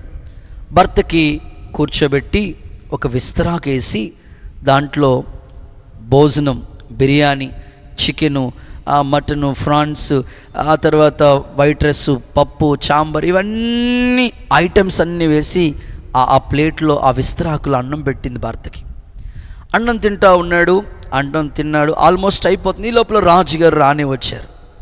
మీరు అక్కడ కూర్చోండి అని చెప్పింది ఆమె. కూర్చున్నాం. రాజుగారు రండి. ఏమ్మా, మీకు మా ఇంట్లో భోజనం పెట్టాలనుకుంటున్నానండి, మీరు ఏదో కోరిక అడుగుతున్నారు కదా, మీరు కోరినట్లుగా నేను చేస్తాను, చేయాలంటే మా ఇంట్లో మీరు భోజనం చేసి వెళ్ళాలండి. సరేనమ్మా భోజనం పెట్టమ్మా అని కూర్చోయేస్తే కూర్చున్నాడు ఆయన. కూర్చున్న తర్వాత భర్త భోజనం అయిపోయింది, చేకడిగేసుకున్నాడు. భర్త ఏ విస్తరాకులో భోజనం చేశాడో ఆ ఎంగిలి విస్తరాకు తీసుకొచ్చి రాజుగారు కూర్చుంటే ఆ రాజుగారి ఎదుట, రాజుగారు ముందే ఆ విస్తరాకు వేసి దాంట్లో బిర్యానీ, చికెను, కూరలన్నీ వడ్డిస్తూ ఉంది. పైకి కిందగా చూస్తుంది. ఎవరికి ఇది అన్నాడు రాజు. ఎవరికి కాదనని మీకేని. నీ కళ్ళకి ఎలా కనబడుతున్నా నేను? ఎంగిలి విస్తరాకులు అన్నం తినేలా కనబడుతున్నాను నేను నీకు? నేను ఎవరినో తెలుసా? నా స్థానం ఏంటో తెలుసా? నేను రాజుని. నాకు ఎంగిలి విస్తరాకులు అన్నం పెడతావా నువ్వు? నాకు ఇచ్చే గౌరవం ఇదా నువ్వు అని రాజు విస్తరించి మాట్లాడుతూ ఉంటుంటే అప్పుడు వాళ్ళ భార్య చెప్తోంది, ఈ భర్త భార్య చెప్తుంది, ఏమండి మీరు ఎంగిలి విస్తరాకులోనే భోజనం చేయటానికి మీ మనసు నచ్చట్లేదే, నేను ఆల్రెడీ వాళ్ళ భార్యనండి నేను. ఆ ఎంగిలి జీవితం మీకు ఎలా కావాలండి? నా ఎంగిలి జీవితాన్ని మీరు ఎలా అనుభవిస్తారండి అని చెప్తే నిజంగా నెత్తి మీద సుత్తెట్టు కొట్టినట్లు అనిపించిందండి రాజుకి. నిజంగా జ్ఞానవంతులైన స్త్రీ అయితే ఇలా ఉంటుందండి. తన భర్త పేదోడే, రాజుగారితో కలిసి వెళ్ళిపోతే అనుకున్న చీర పట్టుకొచ్చేస్తాడు. రాజుగారితో వెళితే బంగారం ఇస్తాడు, అవసరమైతే రాజ్యంలో సగభాగం రాసిచ్చేస్తాడు. తన పవిత్రతను కాపాడుకోవాలనే జ్ఞానం ఉంది కనుకనే ఆమె జీవితం అలా కాపాడబడుతూ వచ్చిందండి. ఉన్నారా ఇలాంటి స్త్రీలు ఈరోజు సమాజంలో? ఉన్నారా ఇలాంటి వాళ్ళు సంఘంలో? అడుగుతున్నాను ఒక దైవజనుడిగా. దేవుడిచ్చిన పవిత్రత, మహిమ పోగొట్టుకోకండి. పరిశుద్ధత పోగొట్టుకోవద్దు. సాక్ష్యం పోగొట్టుకోవద్దు. పూర్వం ఉన్న వైభవాన్ని దేవుడు నీకు ఇవ్వబోతున్నాడు. నీ భక్తిలో మరలా తిరిగి దేవుడు మహిమగల వ్యక్తిగా దేవుడు నిన్ను కట్టునుగాక. చప్పట్లు కొడుతూ ఒకసారి యేసయ్యకు మహిమ చెల్లిద్దాం. ఓకే. ఇక చివరి 3 మాటలు త్వరగా ముగించేస్తాను. 3వ మాట చదువుకుందాం. యోబు గ్రంథం. పూర్వం ఏ స్థితిలో ఉన్నారు వారు? 1, ఘనత పొందిన స్థితి. 2, మందిరములో మహిమ. 3వది యోబు గ్రంథం 29వ అధ్యాయం 1 నుంచి 3 వచనాలు చదువుకుందాం. యోబు ఇంకొకసారి ఉపమాన రీతిగా ఇలా చెప్తున్నాడు. పూర్వకాలమున్నట్లు నేనున్న ఎడల ఎంత మేలు నాకు. దేవుడు నన్ను కాపాడుచుండిన దినములలో ఉన్నట్లు నేనున్న ఎడల నాకెంత మేలు. అప్పుడు ఆయన దీపము నా తలపైన ప్రకాశింపచేసెను. చాలండి. 3వది ఏంటంటే పూర్వం ఉన్నట్లుగా నాకుంటే ఎంత మేలు. పూర్వపు వైభవం ఏంటయ్యా యోబు గారు మీకు అంటే 3వది దీపం వలె ప్రకాశించుట. అనండి ఒకసారి మీ నోటితో, కొంచెం గట్టిగా చెప్పాలి భక్తులందరూ. దీపం వలె ప్రకాశించే జీవితం. యోబు జీవితాన్ని గురించి ఇక్కడ అద్భుతంగా మాట్లాడుతున్నారు. పూర్వం ఉన్నట్లుగా ఉంటే ఎంత మేలు అంటే అతని స్థితిని గురించి అక్కడ మాట్లాడుతూ ఉన్నాడు. అతని స్థితి దీపం వలె ప్రకాశించే అనుభవాలు. అతని అడుగు పెట్టే ప్రతి అడుగు ఎలా ఉందో తెలుసా? నేతిలో పడేది. మనం పెట్టే ప్రతి అడుగు గోతులోకి వెళ్తుంది. స్తోత్రం చెప్పండి. ఏ ప్రయత్నం చేద్దామని గోతులోకే. ఇల్లు కట్టాలని మొదలెడతాడా? గోతులోకి. లేకపోతే కూతురు పెళ్లి చేయాలని ప్రయత్నిస్తాడా? గోతులోకి. కువైట్ వెళ్ళాలని ప్రయత్నమా? గోతులోకి. ఏ ప్రయత్నం చేయండి. మాకు ఒకడు ఉండేవాడు, ఆడు యాంప్లిఫైర్ మీద చెయ్యతేసే ఆగిపోయేది అది. ఏ ప్రయత్నం. యోబు అడుగు పెట్టిన ప్రతి అడుగు ఎందులోకి వెళ్ళి తెలుసా? గోతులో కాదు, నేతిలో వేసినట్లే ఉందంట. అతన్ని చూసిన వాళ్ళందరూ ఏమని పిలిచేవారు తెలుసా? అదృష్టవంతుడండి అని పిలిచేవారంట. తన చుట్టూ తన పిల్లలు ఉండేవారంట. అంటే కుటుంబంలో ఎంత ఐక్యత కనబడుతుంది చూడండి. ఈ రోజుల్లో ఈ వైభవం లేదండి. పూర్వం ఉన్నంత ఆ వైభవాలు కనిపించట్లే. ఐక్యత కుటుంబాల్లో లేదు. పిల్లలు అందరూ చుట్టూ ఉన్నారంట.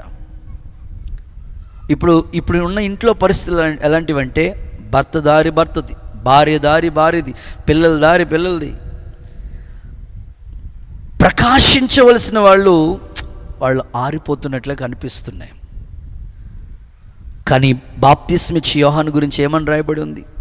అతడు మండుచు, చెప్పండి, యోహాను 5:35, మండుచు ప్రకాశించుచున్న దీపం అండి. ఈరోజు మీ జీవితాలు ప్రకాశించే జీవితాలుగా ఉండాలి.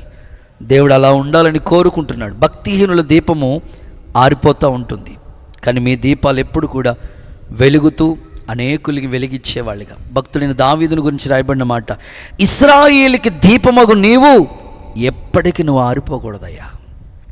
ఒక్కసారి వెలిగించబడింది మన జీవితాలండి, ఆరిపోకూడదు. కొన్ని దీపాలు ఎలా ఉంటాయంటే నూనెన్నంతసేపు బాగా వెలుగుతాయండి.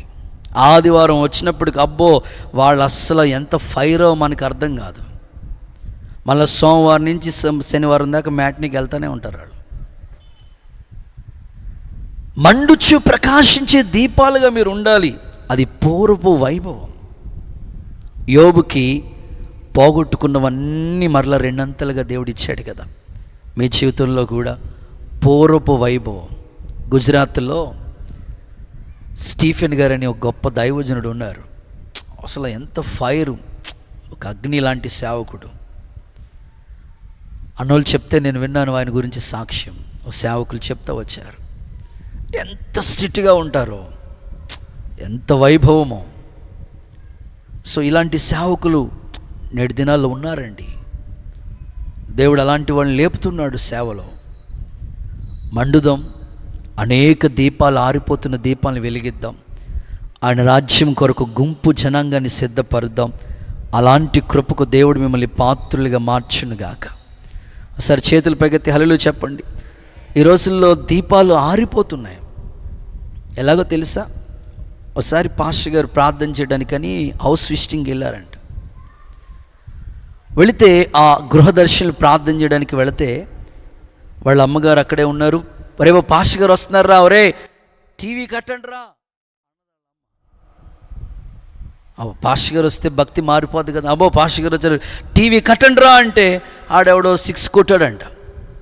ఇంక పిల్లలు ఏళ్ళు కేకలు గోల.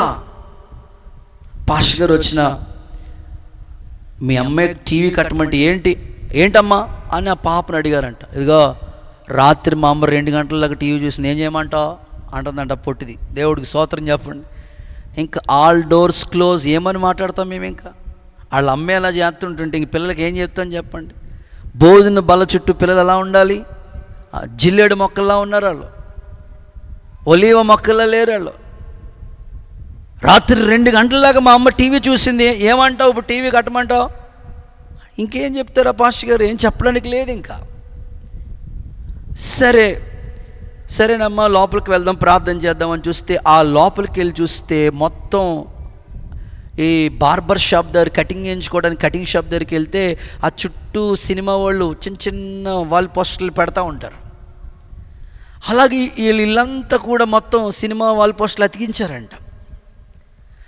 చూసి, అమ్మ నీతిమంతుల గుడారాల్లో రక్షణ గుచ్చిన సునాదం వినబడతా ఉంది, మీ ఇంట్లో ఏంటమ్మా సినిమా వాల్ పోస్టర్లు మొత్తం అతికించావండి అంటే, పిల్లలు ఎప్పుడు అతికించారా మీరు అంటదంట. పిల్లలు దేవుని స్వరూపం, వాళ్ళు అస్సలు అబద్ధం చెప్పరు. దేవుడికి స్తోత్రం చెప్పండి. నిజాలు తెలియాలంటే వీళ్ళని అడగాలి. దేవుడికి స్తోత్రం చెప్పండి. పిల్లలు ఉన్నట్లుగా చెప్పేస్తారు, ఉన్నట్లుగా చెప్పేస్తారు. వాళ్ళ నాన్న ఏం చేస్తున్నాడు, వాళ్ళ అమ్మ ఏం చేస్తున్నాడు, వాళ్ళ అక్క ఏం చేస్తున్నాడు, వాళ్ళని అన్నీ చెప్పేస్తారు. ఏది దాయరా అసలు. పిల్లలను అడిగితే ఏంటమ్మా అంటే, అమ్మా నువ్వే కదమ్మా అంటుకోకపోతే రాత్రి గమ్ముడకు పెట్టించావు అన్నదంట. స్తోత్రం చెప్పండి. అదే మన ఇంట్లో కుటుంబ ఆరాధన లేదు, భక్తి లేదు, ప్రార్థన లేదు, సహవాసం లేదు. యోబు ఇంటి దగ్గర పిల్లలు ఎలా తెలుసా? చుట్టూ కూర్చున్నారంటండి వాళ్ళు. ఎంత చక్కగా పూర్వపు స్థితి, 2 ఆశీర్వాదం. ఇప్పటికీ ఉన్నాయండి చాలా కుటుంబాల్లో. అన్నదమ్ములు, అక్క చెల్లెలు కుటుంబం, ప్రతిరోజు కుటుంబ ఆరాధన జరుగుతూ ఉంటుంది. ఈరోజు ఇలాంటి వైభవాన్ని దేవుడు మీకు దయచేయునుగాక. ఇక 4-5 మాటలు రిఫరెన్స్లు చేసి ముగించేస్తాను, 5 నిమిషాల్లో ముగించేస్తాను. కీర్తనల గ్రంథం 44వ అధ్యాయం 1-2 వచనాలు నోట్ చేసుకొని చదవద్దు. 4వ మాట, 44వ కీర్తన 1-2 వచనాలు. పూర్వం ఉన్నట్లుగా నేను వారిని నాటి వ్యాపింపచేసి తిని అనే మాట చూస్తాం. 4వది, నాటబడి వ్యాపించెదరు. అందరూ సరే ఆమెన్ చెప్తారా? కొంచెం గట్టిగా చెప్పండి ఆమెన్. ప్రభు అంటాడు, దుష్టుల ఆలోచన చెప్పు నడవక, పాపుల మార్గం నిలవక, అపహాస్య కూర్చుండక, యెహోవా ధర్మశాస్త్రమందు ఆనందించుచు దేవారాత్రులు దాన్ని ధ్యానించేవాడు ధన్యుడు. అతడు చేయనంతయు ఆ నీటి కాలువల యోర్న నాటబడిన వాడై ఆకు వాడక తన కాలమందు ఫలమిచ్చే చెట్టు. అంటే బోధు వారన నాటబడిన చెట్టు ఎంత అద్భుతంగా ఉంటుందండి. సంఘంలో విశ్వాసుల స్థితి ఎలా ఉండాలంటే, పూర్వం ఉన్నట్లుగా దేవుడు మిమ్మల్ని అలా చేయాలనుకుంటున్నాడు. ఆ స్థితి ఏంటో తెలుసా? నాటబడి వ్యాప్తి చెందాలి. నాటబడకుండా అభివృద్ధిని చూడలేము. ఒక చెట్టు ఒక చోట నాటబడితేనే గ్రోత్ పెరుగుతూ ఉంటుంది, వ్యాప్తి చెందుతుంది. మీ జీవితాలు కూడా నాటబడిన అనుభవాల్లో ఉంటే అభివృద్ధిని చూడగలుగుతారండి. మీ పిల్లలు, మీ కుటుంబం ఫలిస్తాయి. యేసు నామములో అలాంటి కృపదేవుడు మీకు దయచేయునుగాక. ఇక చివరి మాట, ఆఖరి మాట, ఇది చాలా వెరీ ఇంపార్టెంట్. జస్ట్ రిఫరెన్స్ ఇచ్చి ముగిస్తాను. హెబ్రీయులకు రాసిన పత్రిక 10వ అధ్యాయం 32వ వాక్య భాగాన్ని చదివితే, శ్రమలతో కూడిన పోరాటం సహించిన రోజులవి. 5వది ఏంటంటే, శ్రమలతో కూడిన పోరాటం సహించిన పూర్వ దినాలు జ్ఞాపకం చేసుకోండి. ఒకప్పుడు మన ప్రవక్తలు ఎందరో శ్రమలతో కూడిన పోరాటం చేశారు. ఒకప్పుడు క్రైస్తవ్యం ఇంత అభివృద్ధి లేదు. ఒకప్పుడు వాళ్ళు ఎంత కష్టపడ్డారు, చాలా శ్రమలే, చాలా శ్రమలతో కూడిన పోరాటమే. ఇప్పుడు క్రైస్తవ్యం అభివృద్ధి చెందింది. భక్తుడు ఏమంటాడంటే, శ్రమలతో కూడిన పోరాటం సహించిన రోజులు పూర్వదినాలు ఉన్నాయే, వాటిని జ్ఞాపకం ఉంచుకోండి అంటున్నాడు. నిజమే, ప్రారంభ సేవ ఈ షమ్మ మినిస్ట్రీ చాలా శ్రమలలో పుట్టుకొచ్చింది, చాలా పోరాటాల్లో పుట్టుకొచ్చింది. సేవకు వచ్చిన కొత్తలోనే, ప్రారంభ రోజుల్లోనే మా చిన్నక్కకి ఒక చిన్న పాప పుట్టి చనిపోయింది. ప్రారంభ దినాలు సేవకు వచ్చిన కొత్తలోనే మా నాన్నగారికి హార్ట్ స్ట్రోక్ వచ్చి చనిపోయారు. ఒకదాని తర్వాత ఒకటి శ్రమలు, అయినా సేవలోంచి వెనక్కి వెళ్ళలేని పరిస్థితి. శ్రమలతో కూడిన పోరాటంలో సేవ, ఈ పరిచర్య ప్రారంభించబడింది. ఆ రోజులు గుర్తు చేసుకోండి అంటున్నాడు ప్రభు. పౌలు పరిచర్య కూడా వెలుపుట పోరాటాలు, లోపల శ్రమలు, ఎటుపోయిన శ్రమలే పౌలుకి. కొరింథీ 2వ పత్రికలో 7వ అధ్యాయం 5వ వచనంలో అదే చెప్పాడు. ఎటుపోయినా మాకు శ్రమలే, లోపల భయాలు, వెలుపుట పోరాటాలు. శ్రమలతో కూడిన ఆ పోరాటం. క్రైస్తవ జీవితం రోజు పోరాటమేనండి. శ్రమలు గుర్తు చేసుకోవాలి మనం. పడిన శ్రమ, పడిన ప్రయాస, ఆ పోరాటం. చాలా పాలు ప్యాకెట్ కూడా ఆర్థిక పరిస్థితులు అప్పుడు అవి ఎప్పుడు జ్ఞాపకం ఉంచుకోవాలి. శ్రమలతో కూడిన పోరాటం, ఆ పూర్వపు రోజులు గుర్తు చేసుకోండి. క్రైస్తవుడికి ఆ శ్రమలు, ఆ పోరాటం గుర్తుంటే ఇప్పటి కాల శ్రమలు ఎన్నతగినవి కావు.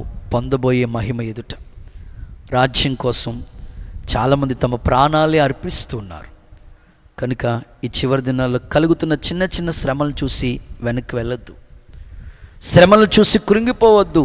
ఒక క్రైస్తవుడు శ్రమలతో కూడిన పోరాటం, పూర్వ దినాలు జ్ఞాపకం చేసుకోండి. ఆదిమ క్రైస్తవ్యం ఎన్ని శ్రమల్లోంచి పుట్టుకొచ్చింది. అసలు సంఘం ఎలా పుట్టుకొచ్చింది అనుకుంటున్నారు? మిషనరీల రక్తం ఒలికించారు, అలా పుట్టుకొచ్చింది సంఘం. కనుక నేను ముగిస్తున్నాను. పూర్వం ఉన్న రీతిగా మరలా మిమ్మల్ని కట్టబోతున్నాడు దేవుడు.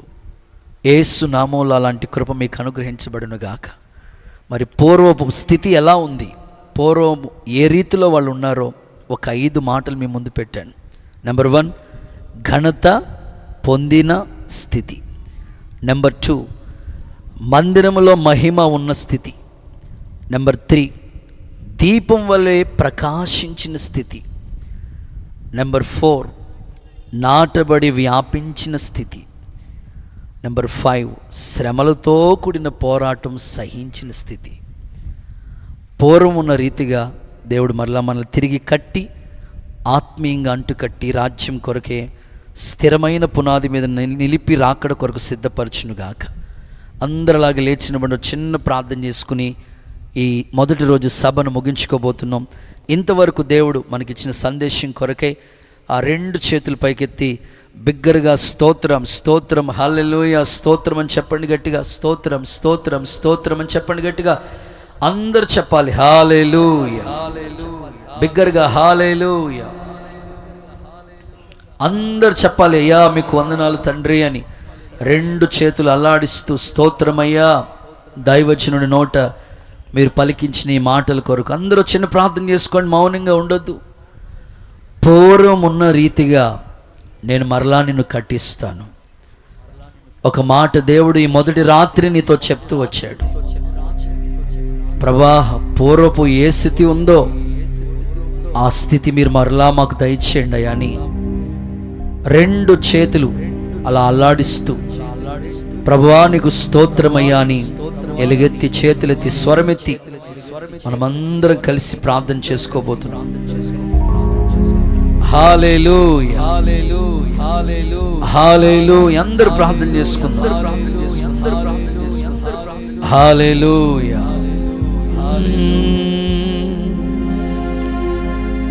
సియోను దేవుడే నిన్ను సిగ్గుపడనివ్వడు, కనికర పూర్ణుడే నీ కన్నీరు చూడచును అసమానుడైన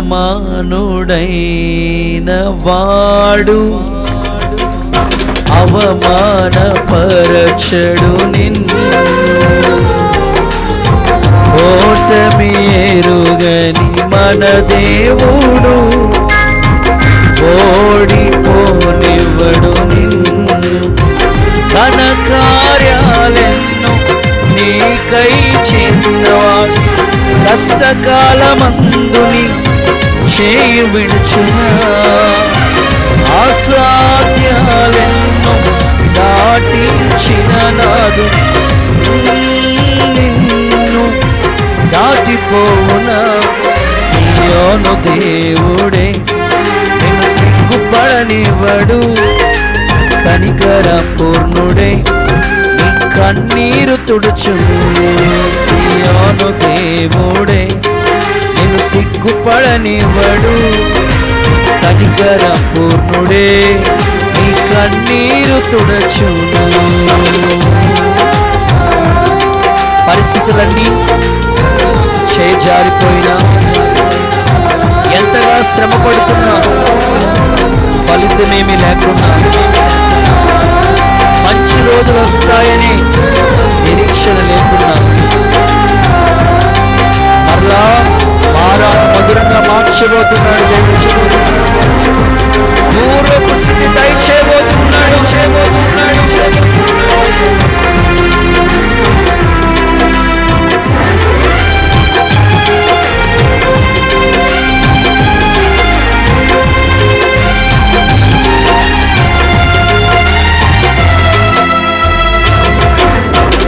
పరిస్థితులన్నీ చేజారిపోయిన, ఎంతగానో శ్రమ పడినా, ఫలితమేమి లేకున్నా, అనుకున్నవన్నీ దూరమైపోయిన, మంచి రోజులొస్తాయని నిరీక్షణే లేకున్నా, మారది తలరాతని దిగులు పడకుమా. ఆరాను మధురముగా మార్చును నీకై, మారది తలరాతని దిగులు పడకుమా. ఆరాను మధురముగా మార్చును నీకై, నిన్ను తృప్తిపరచును. మేలులతో నిన్ను తృప్తిపరచును. సియోను దేవుడే సిగ్గుపడనివ్వడు. కనికర పూర్ణుడే కన్నీరు తుడుచును. సియోను దేవుడే సిగ్గుపడనివ్వడు. కనికర పూర్ణుడే కన్నీరు తుడుచును. బదలంచగా మేలు యోచించగా, కృపతలంచగా, నాగలమాగదు స్తుతించగా,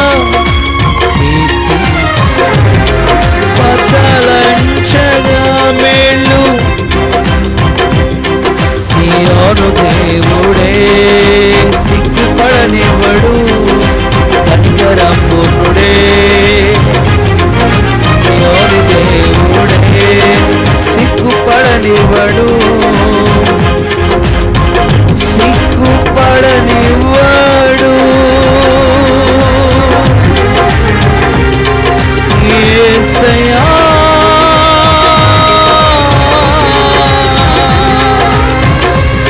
సియోను దేవా,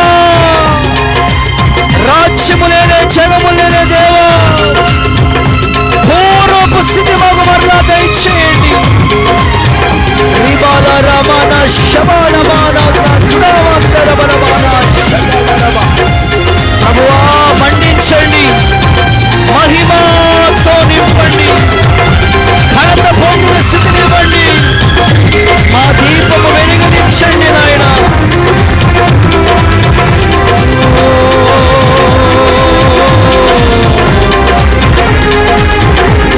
విలువించి నన్ను వెలిగించి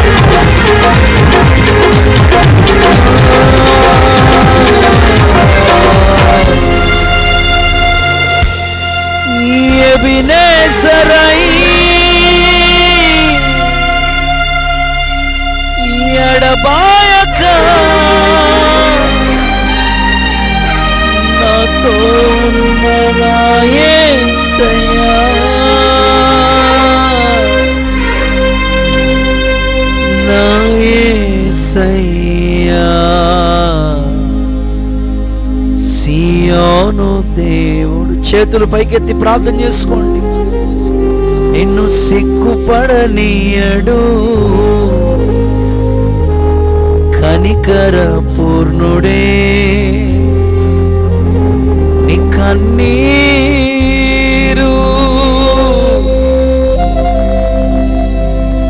శత్రువు చేతికి అప్పగించకయ్యా. పూర్వపు స్థితి మాకు ఇవ్వండి అయ్యా. ఈ మొదటి రాత్రి దేవుడు మనతో మాట్లాడినందుకు చప్పట్లు కొడుతూ స్తోత్రాలు చెల్లిద్దాం. పూర్వపు స్థితి మరలా దేవుడు అనుగ్రహించినట్లుగా స్తోత్రం చెల్లిద్దాం. రేపు రాత్రి ఇంకా మహిమకరంగా జరగనిచ్చినట్లు స్తోత్రం చెల్లిద్దాం. ప్రార్థన చేసుకుందాం. పరిశుద్ధ నామానికి వందనాలు, కృతజ్ఞతలు, స్తోత్రాలు చెల్లిస్తున్నాం. ఇంతవరకు ఈ మొదటి రోజు కూడికలో మీ దాసుని నిలబెట్టుకొని వాక్యం ద్వారా మాట్లాడిన ప్రతి మాట కొరకై కృతజ్ఞత వందనాలు చెల్లిస్తున్నాం. తండ్రి నీకు వందనాలు. పూర్వం కలిగిన స్థితిని మరలా దయచేస్తానని మీరు తెలియపరిచారయ్యా. పూర్వం ఎలాంటి స్థితి కలిగి ఉండేవారో లేఖనాల ద్వారా వివరించారు. ప్రభువా మీకు స్తోత్రములు తండ్రి.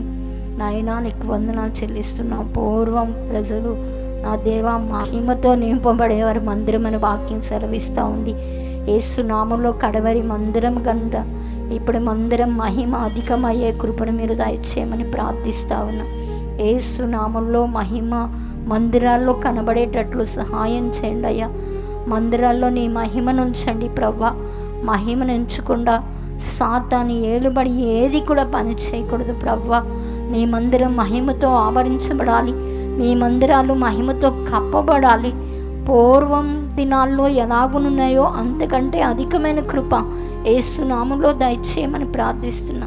అలాగనే పూర్వం కలిగిన ఘనత కన్నా ఎక్కువ ఘనతనిస్తానని తెలియపరిచారు ప్రవ్వా. యోసేపుకు కలిగిన ఘనత, యొఫ్తాకి కలిగిన ఘనతయు, మొర్దెకైకి కలిగిన ఘనతను యేసు నామంలో దయచేయమని ప్రార్థన చేస్తూ ఉన్నాం తండ్రి. ఎంతమంది అయా గణహీనులుగా ఉన్నారో వారిని ఒక్కసారి మీరు దృష్టి నిలపండి ప్రభువా. నా తండ్రి పూర్వం కలిగిన ఘనత మరలా వారికి మీరు దయచేయమని వేడుకుంటున్నాం. అలాగూ నేనైనా పూర్వం దీపం ప్రకాశించిందని వాక్యం సెలవిస్తూ ఉంది ప్రభువా. భక్తిహీనుల యొక్క దీపం ఆరిపోతుంది నా తండ్రి. మా బిడ్డలు నాయన యోహాను ఎలాగున మండుచు ప్రకాశించుచున్న దీపంగా ఉన్నాడు. ఇశ్రాయేలుడికి దావీదు దీపంగా ఎలాగున్నాడో అలాగున ప్రతి ఒక్కరూ కూడా అయా నా తండ్రి మీ వెలుగు ఉదయించబడి అయా ప్రకాశించే ధన్యత అనుగ్రహించండి దేవా. యేసు నామములో ప్రతి ఒక్కరి దీపం ప్రకాశించినట్లు కృపను అనుగ్రహించండి. అలాగే నాటబడి వ్యాపింప చేయబడతారని తెలియపరిచారు. యేసు నామములో అలాంటి కృపతో నింపమని వేడుకుంటున్నాం. పూర్వం కలిగిన శ్రమలను మీరు జ్ఞాపకం చేసుకోండి అని తెలియపరిచారు. అనేక మంది నాయనా అనేకమైన శ్రమలతో కూడిన పోరాటాల్లో ఎంతవరకు వారు నిలబెట్టి ఆదుకుని నడిపించిన దేవుడు ఇకను కూడా యేసు నామములో బలపరచమని ప్రార్థిస్తా ఉన్నాం. విత్తబడిన వాక్కులు నీ బిడ్డలందరి హృదయాలను ఫలభరితంగా మార్చండి. వాక్యమును హత్తుకొని అలాగున వెంబడించాలి. వాక్యానుసారమైన జీవితాలు యేసు నామములో దయచేయమని ప్రార్థిస్తా ఉన్నాం. నా తండ్రి నీకు వందనాలు ప్రభువా. అయ్యా ఈ మొదటి రోజు కూడికి ఇంతవరకు మీ దాసుని బలపరిచి వాడుకున్న విధానము కొరకు స్తోత్రం. చేరి వచ్చిన బిడ్డలందరినీ సియోనులో నుంచి ఆశీర్వదించండి. పూర్వం కలిగిన కృప యేసు నామములో ప్రతి ఒక్కరు పొందుకున్నట్లు చేయండి. ఈ ప్రాంతాన్ని మీరు దర్శించండి. ఇక్కడున్న మందిరాన్ని మీరు దర్శించమని ప్రార్థిస్తా ఉన్నాం. రేపటి దినం కొరకు బిడ్డలందరినీ సమకూర్చమని సమస్త ఘనత మహిమ మీకే ఆరోపిస్తూ మరలా ఎవరి గృహాలకు మనం వెళుతుండగా మీ సన్నిధి నాయన వారితో పంపించి శుభకరమైన క్షేమకరమైన సమాధానకరమైన ప్రయాణాలు వీళ్ళందరికీ అనుగ్రహిస్తారని యేసయ్య నామములో ప్రార్థించి వేడుకొంచున్నాం తండ్రి. ఆమేన్. ఆమేన్. మన ప్రభు అయిన యేసుక్రీస్తు కృప, తండ్రిని దేవుని ప్రేమ, పరిశుద్ధాత్ముని అన్యోన్య సహవాసం సదాకాలం మనకి తోడై కాపాడి నడిపించునుగాక. ఆమేన్. హల్లెలూయా. అందరికీ వందనాలు. ఈ ప్రార్థనా సభ మొదటి రోజు ఇంతటితో ముగించబడింది. మీకోసం ఏర్పాట్లన్నీ సిద్ధపరిచారు సంఘ బిడ్డలు. దయచేసి భోజనాలు చేయవలసి